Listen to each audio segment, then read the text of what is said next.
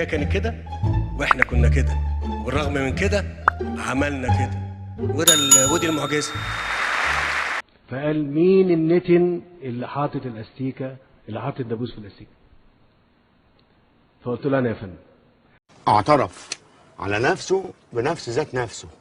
حلقة النهاردة حلقة تاريخية مهمة جدا، لأن فيها هنوثق تاريخ بتحاول ناس إنها تزوره أو تلغيه. وبالمناسبة الحلقة هتلاقوها متقسمة تحت، ممكن تشوف الجزء اللي يعجبك، بس الأفضل تشوف الحلقة كاملة، لأن قناة السويس مش مجرد ممر مائي. قناة السويس مرتبطة بتاريخ مصر وحاضرها ومستقبلها. قناة السويس جزء من هوية مصر، وحكايتها بدأت منذ فجر التاريخ، يعني زيها زي الأهرامات بالظبط. ويلا ندخل في التفاصيل.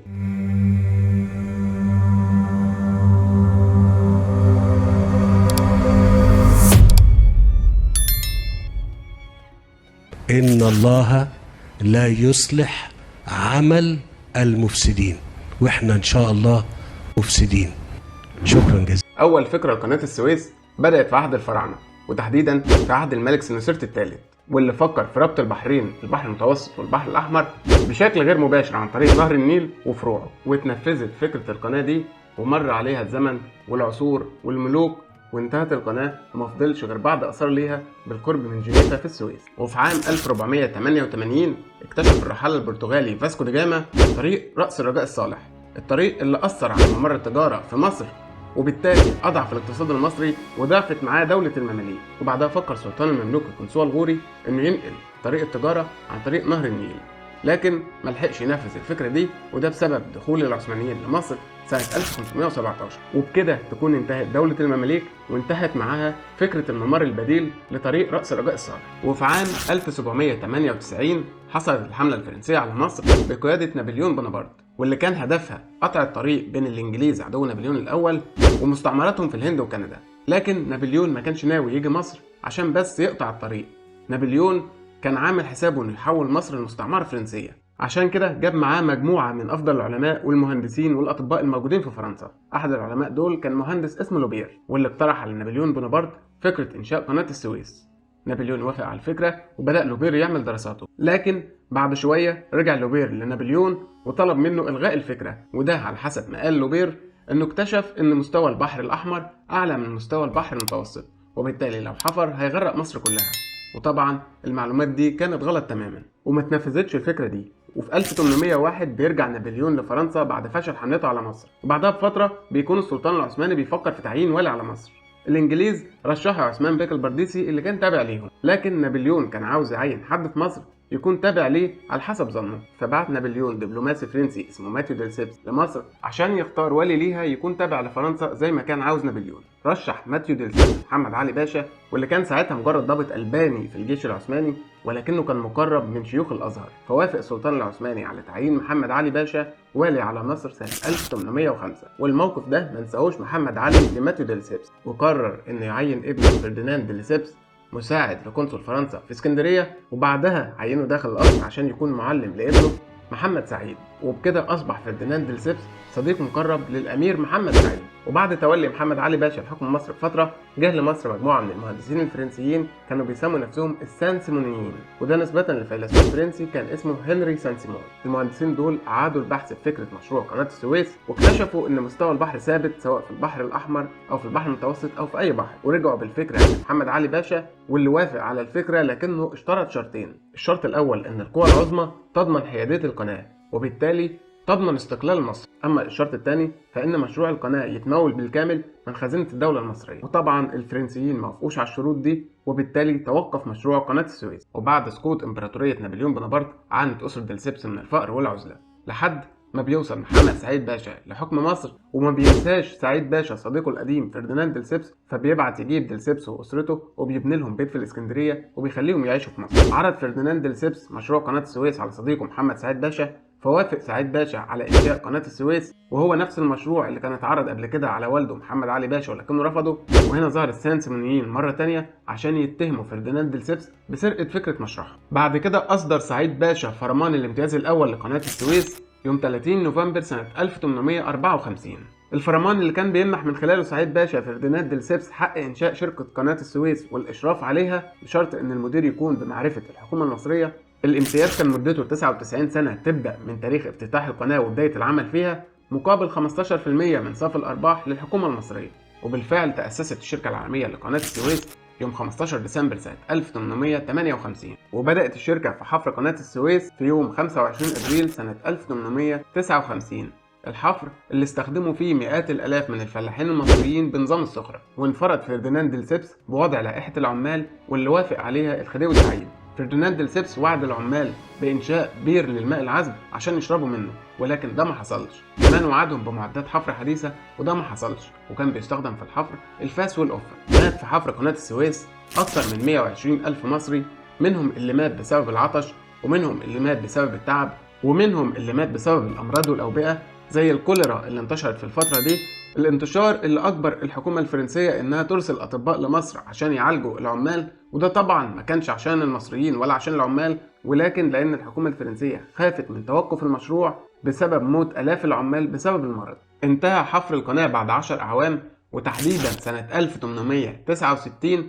قبلها كان توفى سعيد باشا وتولى حكم مصر الخديوي إسماعيل، وده هنقف عنده شوية. الخديوي إسماعيل عمل نهضة عمرانية كبيرة في مصر لدرجة إنه كان بيبني قصر لأي حد بيعجبه، وناس كتير عارفة إن قصر بحجم قصر عابدين مثلا اتبنى خصيصا عشان يستقبل فيه الإمبراطورة أوجينيه في حفل افتتاح قناة السويس، ولكن ما كانوش لحقوا يخلصوا القصر في الفترة دي، فبنى لها قصر مخصوص سماه قصر الجزيرة، واللي هو حاليا فندق الماريوت. ويا ريتها جت على بنى القصور بس. مصر تستعد لاستلام طائرة رئاسية جديدة يصل سعرها إلى حوالي $500 مليار. دي مش طيارة الرئيس عبد الفتاح السيسي، دي طيارة مؤسسة الرئاسة المصرية. على فكرة بقى ما كانش في طيارات أيام الخديوي إسماعيل. عندك حق، هو فعلا كان بيشتري سفن ويخوت بس، منهم يخت مخصوص للإمبراطورة أوجينيه. وعمل الخديوي إسماعيل حفل افتتاح أسطوري في 17 نوفمبر سنة 1869، ومرت السفن في قناة السويس لأول مرة. كان في مقدمتهم يخت الإمبراطورة أوجينيه ويخت المحروسة. وهنا يجي السؤال المهم، الفلوس اللي اتصرفت على القصور واليخوت والافتتاحات والمؤتمرات دي الخديوي جابها منين؟ الإجابة ببساطة كانت من القروض. الخديوي إسماعيل كان بياخد قروض عشان يصرفها على بنى القصور ويشتري بيها يخوت ويعمل بيها حفلات ومؤتمرات شباب. طيب قصور رئاسية، امال ايه؟ انا عامل قصور رئاسية وهعمل، انا اعمل واعمل. وبكده زادت ديون مصر وتدنت الأوضاع الاقتصادية في مصر. ده خدمة الدين بس، فوائد واقساط. وانت عندك كل الايرادات بتاعتك 943. هم في الموازنه 989. فانت لو جبت 900 هتاخد منهم 817 فوائد واقساط، ويتبقى لك بس مفيش غير 100 مليار يمكن ولا حاجه. اقل. طب انت بتشتغل ازاي؟ هستلف تاني. الله أكبر عليك! إيه الحلاوة دي؟ فاضطر الخديوي إنه ياخد قرض عشان يسدد الديون اللي عليه، وبعدها اضطر إنه ياخد قرض تاني عشان يسدد قسط القرض اللي خده عشان يسدد الديون اللي عليه.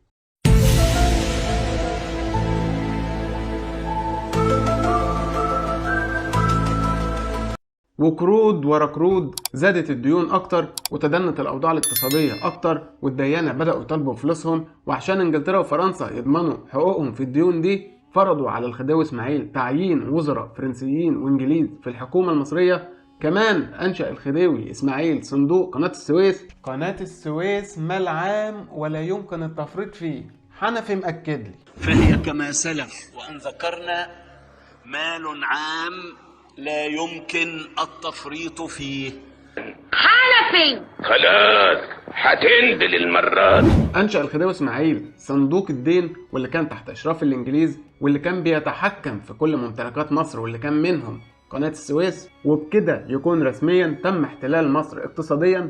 وبالرغم من الاحتلال ده إلا إن برضه المشكلة متحلتش وفضلت الديون موجودة وبتكتر. فاضطر الخديوي إسماعيل إنه يبيع قصور من القصور اللي بناها زي قصر الجزيرة اللي اتكلمنا عنه، لكن برضه فضلت الأوضاع بتسوء. وفي 25 نوفمبر سنة 1875 باع الخديوي إسماعيل حصة مصر في قناة السويس بمبلغ 100 مليون فرنك فرنسي، لكن برضه الفلوس ما كفتش. فباع الخديوي إسماعيل نصيب مصر في أرباح قناة السويس مقابل 22 مليون فرنك فرنسي، وبكده تكون خسرت مصر قناة السويس وأرباحها، ده غير كتير من ممتلكاتها زي القصور والآثار والمسلات ده غير ان تم احتلال مصر اقتصاديا وبرضه فضلت الديون.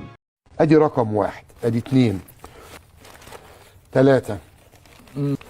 اتفضل خد يا بيه. ايه ده؟ يا نهار اسود، يا نهار اسود، يخرب بيته. ايه ده؟ في ايه يا جماعه؟ دي قله ادب. وما ايه القرف ده؟ ايه القرف ده؟ خلينا في القضيه الاساسيه. ايه القرف ده؟ وفي 26 يونيو سنة 1879 وبضغط من الديانة بيصدر السلطان العثماني عبد الحميد الثاني فرمان بعزل الخديوي اسماعيل وتعيين ابنه الامير محمد توفيق حاكما لمصر بدلا منه. وطبعا مش محتاج افكركم ان الانجليز احتلوا مصر عسكريا في عهد الخديوي توفيق. كنا قلنا نبذة عن الموضوع ده في حلقة دون شوي، هسيب لكم اللينك بتاعها في الديسكربشن. وبيمر الزمن وبنوصل لعام 1910 لما بيقرر بطرس باشا غالي رئيس وزراء مصر انه يمد امتياز قناة السويس كمان 40 سنة. وطبعا بيوافق مجلس النواب، مجلس النواب اللي ما بيعرفش في تاريخه غير كلمة واحدة بس، موافق. لكن القدر ما بيمهلش بطرس باشا غالي الوقت لتنفيذ قراره، لان بيتم اغتياله عن طريق ابراهيم الورداني. كنا اتكلمنا عن واقعة الاغتيال دي بالتفصيل في حلقة غزال البر اللي هسيب لكم اللينك بتاعها في الديسكريبشن. وبعد واقعة الاغتيال بيفوق الشعب المصري اخيرا، ونتيجة المظاهرات والاضطرابات بتضغط الحركة الوطنية بقيادة محمد فريد على مجلس النواب عشان يرجع في قراره ويرفض مد امتياز قناة السويس. بيعين مجلس النواب لجنة برئاسة طلعت باشا حرب وسمير باشا صبري عشان يكتبوا تقرير عن قناة السويس. وبعد البحث بيكتشف طلعت باشا ان الانجليز نصبوا على الخديوي اسماعيل لما باعوا له القناة اول مرة، وان القناة اتباعت بسعر اقل من سعرها الحقيقي، بل ان الفلوس اللي دفعها المستعمر واللي كانت 122 مليون فرنك فرنسي كانت مجرد جزء بسيط من ارباح قناة السويس. وبكده يكون المستعمر نصب على الخديوي اسماعيل في بيع قناة السويس. فبيرجع مجلس النواب عن قراره وبيرفض مد امتياز قناة السويس. وبعد 4 سنين وتحديدا سنة 1914 المستعمر الانجليزي كان متداس على وشه في الحرب، وكان بيدور على اي قشة يتعلق بيها، وكان عنده استعداد ينفذ اي طلب لاي حد يساعده في الحرب. فاستغلت مصر الفرصة في انها تحقق اي مكاسب من ورا الحرب دي. اشتركت مصر في الحرب العالمية الاولى الى جانب الانجليز في مقابل اسقاط ديون مصر ووعد باستقلال مصر بعد انتهاء الحرب. وبعد انتهاء الحرب سنة 1918 راح وفد برئاسة سعد باشا زغلول إلى المندوب السامي البريطاني في مصر عشان يطلب منه تنفيذ وعده باستقلال مصر. لكن المندوب السامي قال لهم امشي انا امشي غور امشي ازاي.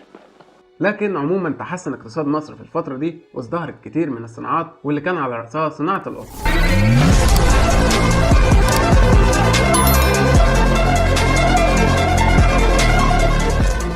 وبتمر السنين وبنوصل لعام 1939 وبتقوم الحرب العالمية الثانية، ودي استفادت مصر منها استفادة قصوى، وده بسبب اشتراك أمريكا في الحرب العالمية، وده اللي أدى إلى توقف إمداد القطن الأمريكي لأوروبا وللعالم.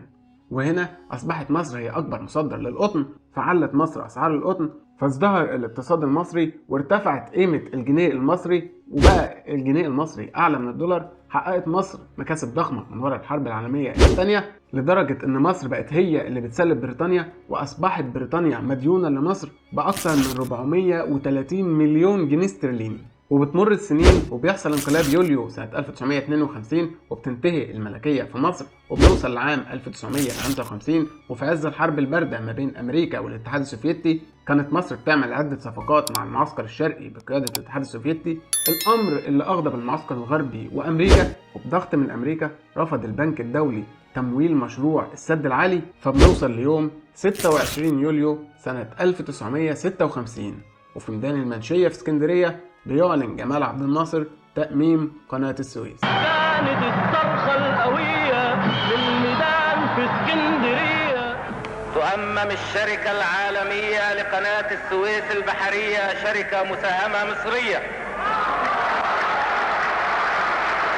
القرار اللي ما عجبش طبعا المستعمر الانجليزي والفرنسي، وعلى الفور جمدت انجلترا وفرنسا وامريكا ارصده مصر الموجوده عندهم، وكمان بدات فرنسا وانجلترا وامريكا في حشد دول العالم ضد مصر وتحرضهم على مصر. كمان قررت انجلترا انشاء هيئه مستقله تابعه للامم المتحده تدير قناه السويس باعتبار ان المصريين مش هيقدروا يديروها. دعت انجلترا وفرنسا وامريكا لمؤتمر عالمي عشان يصوتوا على الاقتراح ده. وهنا طبعا لازم نذكر بعض المواقف المشرفه اللي كانت زي دولة اليونان اللي رفضت أصلا المشاركة في المؤتمر، دول زي إندونيسيا وسريلانكا اللي رفضت القرار. كمان شاركت الهند في المؤتمر لكنها رفضت القرار لأن الهند اشترطت إن مفيش أي قرار يتاخد إلا بموافقة مصر. كمان رفض الاتحاد السوفيتي القرار ده لأنه اشترط حضور مصر وحضور الدول الاشتراكية والدول العربية. وطبعا رفض المعسكر الغربي الشروط دي وقطعت مصر المؤتمر، وبالتالي رفض الاتحاد السوفيتي القرارات الصادرة عن المؤتمر ده. فتم تحويل الأمر لمجلس الأمن. مجلس الأمن اللي بيتكون من 10 دول. قدرت انجلترا انها تحصل على 9 اصوات على القرار ده مقابل صوت واحد بيرفض القرار، لكن الصوت ده ما كانش صوت عادي، وده لان الصوت كان صوت الاتحاد السوفيتي اللي معاه حق الفيتو، وبالتالي اوقف الاتحاد السوفيتي تنفيذ القرار ده. هددت انجلترا وفرنسا باعلان الحرب على مصر، لكن الصهاينه بمجرد ما سمعوا سيره حرب ولا خناقه يلا يابا وهاجم الصهاينه مصر في 29 اكتوبر سنه 1956. وبعدهم هجمت فرنسا وانجلترا على مصر في معارك باسم العدوان الثلاثي، وده ممكن نبقى نتكلم عنه بعد كده بالتفصيل.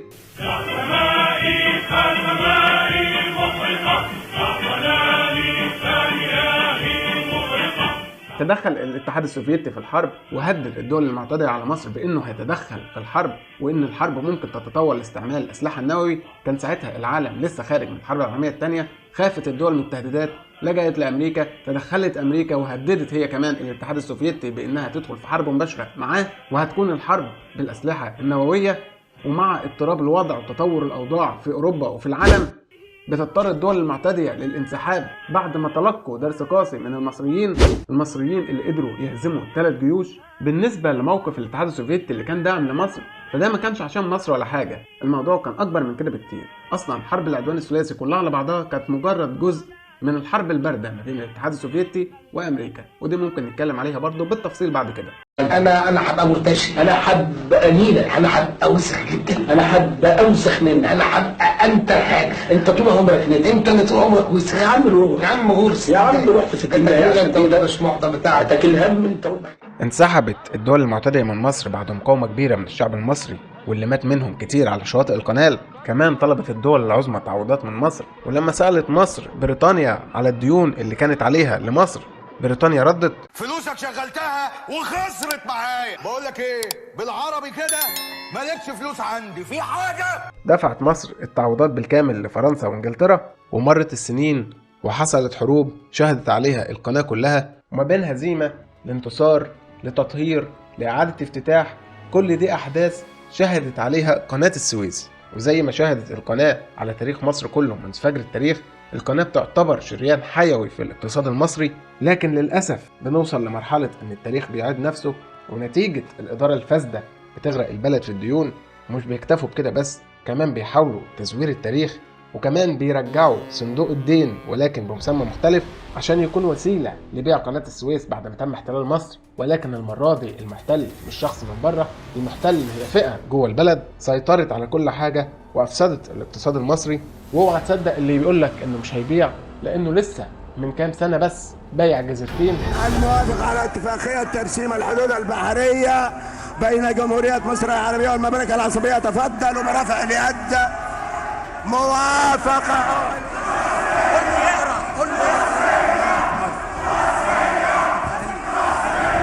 وزي ما قلت في بداية الحلقة، دي حلقة لتوثيق أحداث تاريخية ممكن ما تلاقيهاش في كتير من الكتب في الفترة اللي جاية لو الناس دي فضلت في الحكم. وتاريخهم في التزوير كبير ومعروف وحصل كتير قبل كده. من فضلكم أرجو إن الموضوع ده ما نتكلمش فيه تاني. وأخيرا لو قدرت أفيدك أو أضيف لك حاجة، ما تنساش تدعمنا بلايك وشير وكومنت وسبسكرايب وفعل الجرس عشان توصلك حلقاتنا أول ما ننزلها. واستنونا في الحلقات اللي جاية.